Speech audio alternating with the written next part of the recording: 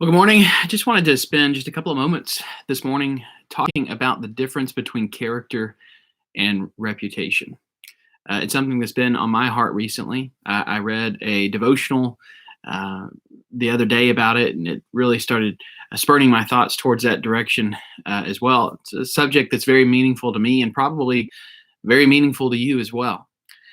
Um, when we think about the difference between character and reputation, we might struggle to differentiate the two, to tell the difference. Well, what is character and what's reputation? Um, One of my favorite villains in Batman growing up was Two Face, and the idea was that he looked like two different people. A reputation that's actually better than our character. People know things, or they think that they know things about us. They know us to be spiritual giants or people of great spiritual strength. But in reality, we know that we have some struggles that they don't know about, and then we're not about to tell them about because that would ruin our reputation. On the other side, some of us actually have a worse reputation than we deserve. People don't have a full picture of who you are. They take bits and pieces that they hear from others, and they think that they have a complete picture of you when in fact that they don't. We might refer to reputation as what people know about you, and character as what God knows about you. Or maybe we could say that reputation is what people think is true about you, and character is what God knows to be true about you.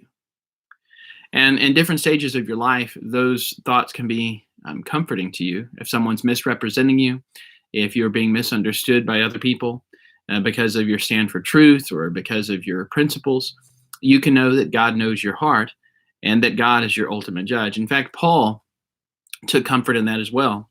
When he was writing to the Corinthian church, he was dealing with a group of people who were questioning his apostleship, his authority as a leader within the church, his right to speak to the congregation about spiritual issues. And he tells them in 1 Corinthians chapter 4, and this is a passage that has been of some comfort to me over the past couple of years. He says in verse 3, excuse me, "But with me, it's a very small thing that I should be judged by you or by any human court. In fact, I do not even judge myself. For I'm not aware of anything against myself, but I'm not thereby acquitted. It is the Lord who judges me." Now, notice first that he says it's inconsequential whether or not you or any other human court judges me. That doesn't bother me. That doesn't keep me up at night. I'm not trying to, as he says in Galatians 1, I'm not trying to be a servant of men. I'm trying to be a servant of Christ. I'm not trying to please men. I'm trying to please Christ. If I try to start pleasing man, then I'm going to stop pleasing Jesus.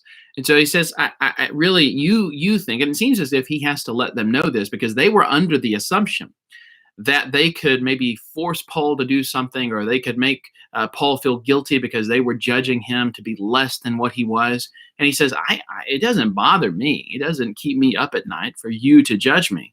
In fact, he says, it's the Lord who judges me. But here's what he says before that. Now, I don't even judge myself. Now, this is an interesting statement because he says, I don't stand back and say, hey, Paul's got it all together. Paul is wise beyond his years. Paul is great. He said, I don't even judge myself. He says, now I don't know of anything against me personally. And he says that in verse 4. I'm not aware of anything against myself. He said, when I look at my life and examine my life, I don't see anything duplicitous in me. I don't see anything deceitful in me. But then he says this, but that doesn't acquit me.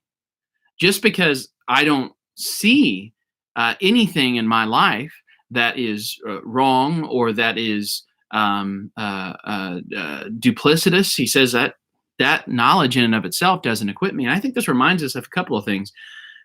Number one, Paul admits that he could be, that there could be something in his life that he is blind to, that he's unaware of. He admits that. He said, I don't know of anything, but that doesn't acquit me. The Lord is my ultimate judge. So he's honest about that. He recognizes that. And secondly, his character, he realizes the ultimate vindication that's going to come for him isn't from other humans, but it's from the Lord. And he takes great comfort in that. He says, you can attack my reputation. You can eviscerate what you think about me, and you can tear down what other people think about me. But that's not going to change who I actually am, and it's not going to change who the Lord knows me to be. And so there might be times in your life where you need to be comforted by that thought. Because as you stand for truth, as you stand for your principles, as you stand for your convictions, there might be individuals who think that they have a full picture of you, and so they begin to tear down your reputation. But number one, that doesn't change who you are. That doesn't change or hamper your integrity or your character. And it secondly doesn't change God's estimation of you.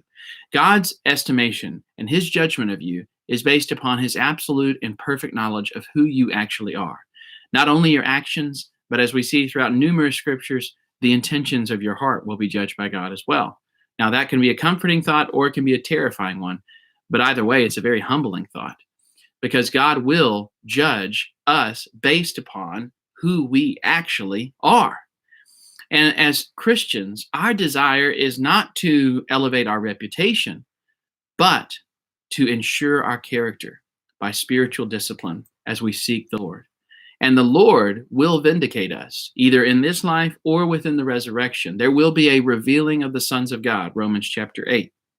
There will be a revealing of the sons of God, in which we will be shown, listen, just as Jesus was vindicated to be the Son of God, we will be vindicated to be the sons and daughters of God, inevitably and ultimately. And that lets people know we are who we said we were. We weren't being duplicitous. We weren't being deceitful. We were being honest. And God will vindicate your character. And so I think that's something that we need to remember, because if we're not careful, we can compromise our character in order to defend our reputation. And that's a dangerous position to be in. I've been there. I've been guilty of that. Don't allow your principles to be compromised simply to defend your reputation. And that's including among Christians. Paul's talking to Christians here. Don't compromise who you are, and don't compromise what you really believe, the convictions that you really have, simply to ensure your reputation amongst a crowd who don't really care who you are in the first place.